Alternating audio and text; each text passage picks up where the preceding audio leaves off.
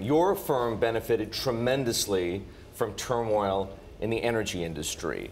What's the outlook for restructuring now? Because as you point out, corporate defaults are still very low. Credit spreads, even though they've backed up in the last few days, are still very narrow. But oil has dropped back into the low 40s. Makes one wonder if we're going to see a repeat of what breathed so much life into revenue for your firm last year. You know, I mean, when you step back and look at it, it is always a sector or region. Somewhere there are issues in the world. It's just inevitable. Well, where? Okay, so we knew it was energy last year. Where is it right now? Retail. Retail. Right. Retail is going through some pretty difficult times, and it's understandable.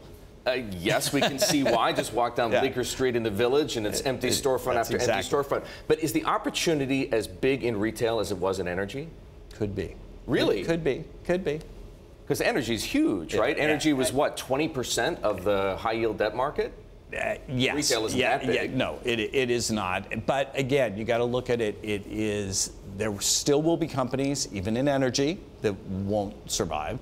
And it's every sector, every region at a given point in time. So you had a huge quarter for restructuring at the end of your fiscal year. Is the outlook for restructuring better now than it was a couple of months ago? It is.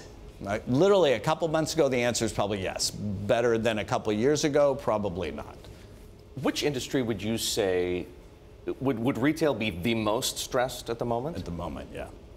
What else is close behind?